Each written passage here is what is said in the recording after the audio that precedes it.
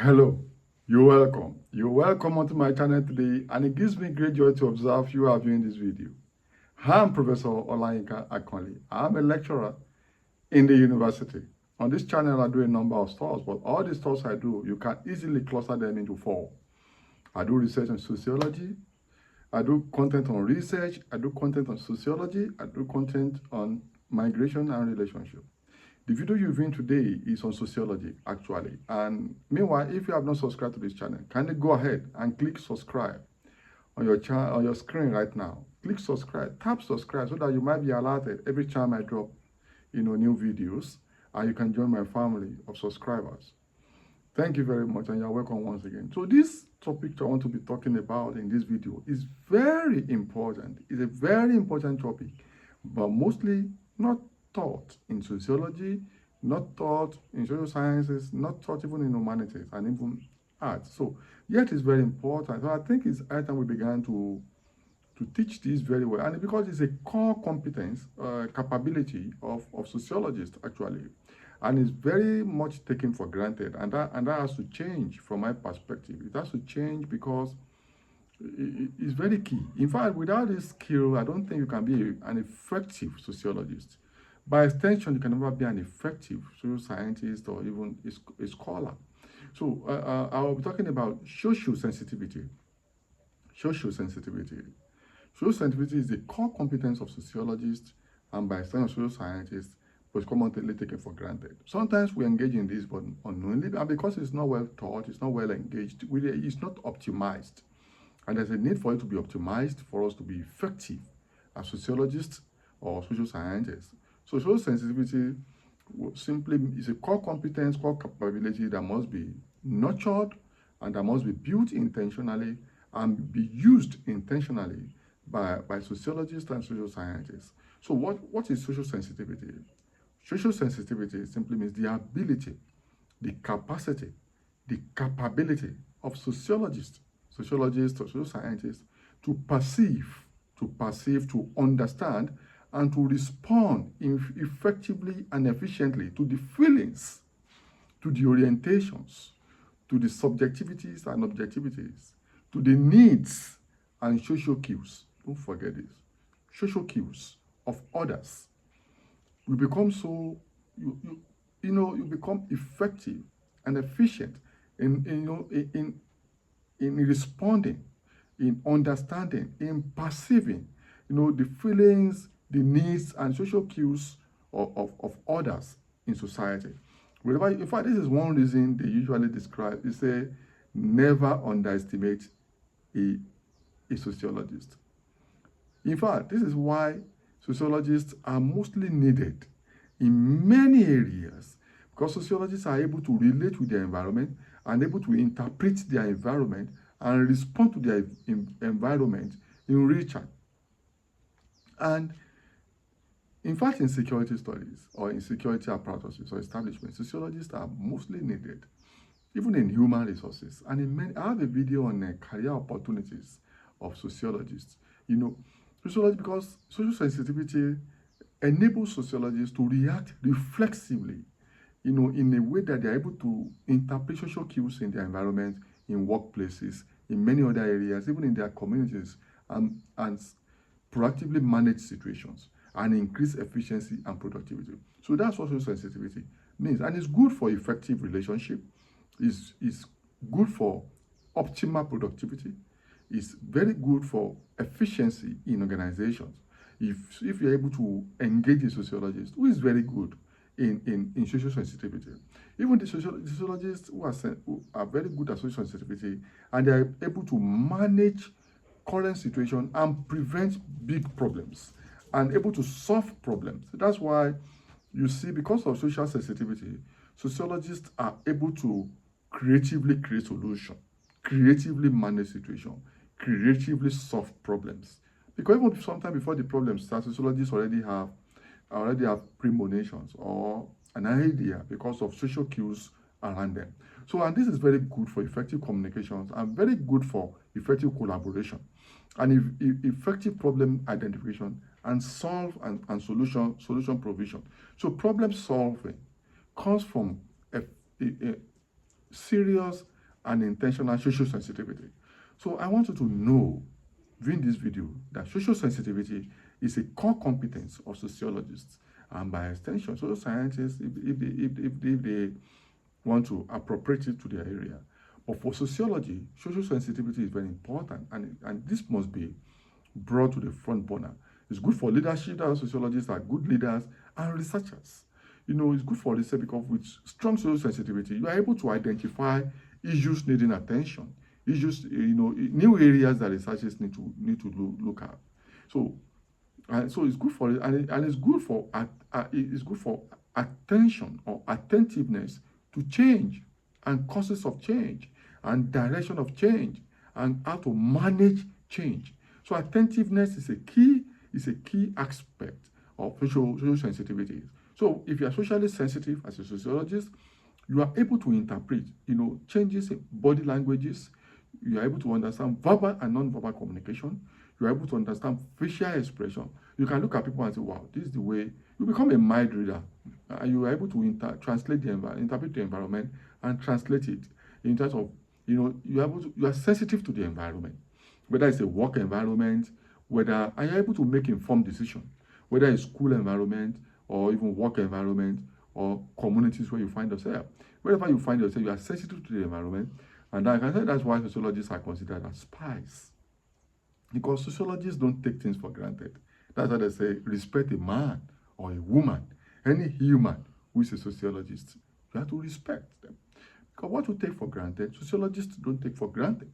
Social sensitivity is part of why sociologists don't take things for granted. They interpret things and they engage things critically. And this is a major understanding of interpersonal dynamics. As they relate interpersonally, sociologists understand the dynamics. They understand the scenarios, and they can predict, if not, or at least project change. And this assists sociologists to be able to improve their workplace relationship. Wouldn't you rather hire a sociologist? It's to improve their workplace relationship and ultimately productivity. And it enables sociologists to have stronger relationship and stronger performance and they are able to, to preempt change and to optimize and leverage social relations and networks among them, and able to work smarter, by leveraging and networking because of high level of social sensitivity. What others take for granted, sociologists don't take for granted. Wow. We don't rather this than a very competent one. So what are the key aspects of social sensitivity? Awareness of cues. Cues, C-U-E-S. Every condition you find yourself, every environment you find yourself, you have cues all around, pointing you towards important relational nodes, important issues that even though may not be obvious, but you are sensitive to them. And you can interpret what they mean by time, by context, and their implication for the current and the future. And contextual understanding. Wherever you find yourself as a sociologist with social sensitivity, you are able to understand the context, the scenario where you find yourself, and you interpret it and leverage it and able to manage whatever it is. And so awareness of chaos, contextual understanding, the setting you have, environment you find yourself, the context, you understand it and you interpret it, and you have more empathy and interpersonal respect. Awareness of chaos, contextual understanding, empathy and respect. Mutual empathy and respect. These are very important key aspects. And how does social sensitivity manifest? It manifests in different areas. Environmental consciousness is very central. Social and environmental consciousness. When you see people that are very conscious, some people say social sensitivity is people are born with it. But I don't entirely agree. It's a capacity that can be built. And I think even if you are born with it, without building the capacity more, talents don't last. Building talent, nurturing talent is very key. So I believe every sociologist, so far you are a good sociologist, you can build and you can nurture social sensitivity, and it can manifest in so many ways. Environmental consciousness, conscious And then you understand group conditions. It manifests in group conditions. You are sensitive to every situation in that group, the group dynamics and manifestations. So then, it can manifest in period of peace and conflict prevention and management. Conflict prevention and management. During peace, you sustain that peace, you manage growth, development, and changes effectively because you are sensitive to the direction of change. That's why sociologists are sometimes considered as people who predict the future, because you are sensitive to the current situation and you are change is constant, and you're able to predict the direction of change and manage that change to maintain peace and prevent conflict, or manage conflict before it becomes a crisis. It manifests in environmental consciousness, environmental conditionings, group conditioning, and in peace and conflict, and in workplaces.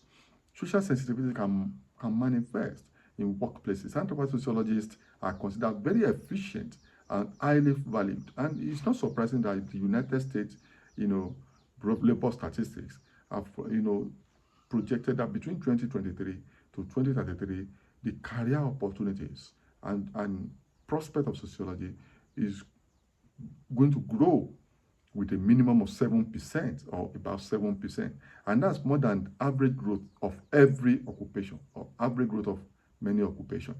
So sociology is in very much high demand. View my videos on sociology, what it is, what is sociology, career process of sociology, opportunities of sociology, areas of specialization of sociology. Is sociology a dying discipline?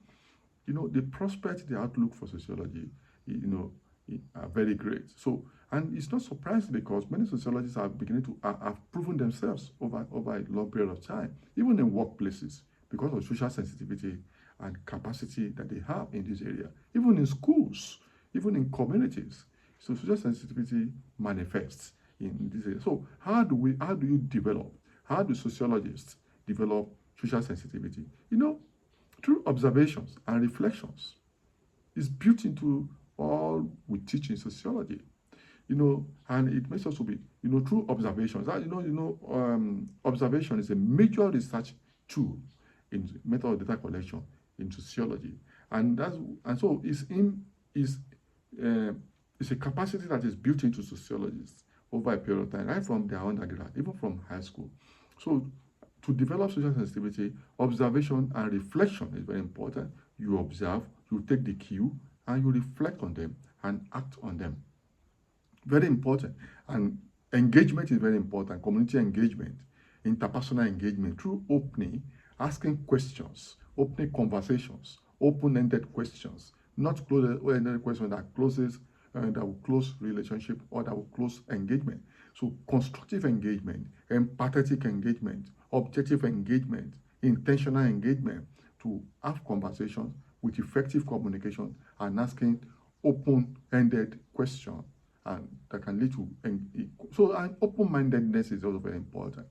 Social sensitivity is built through open-mindedness. You are open to conversation, you are open to the environment, you are not locked up. You don't harbor prejudice, you don't harbor stereotypes, bigotry.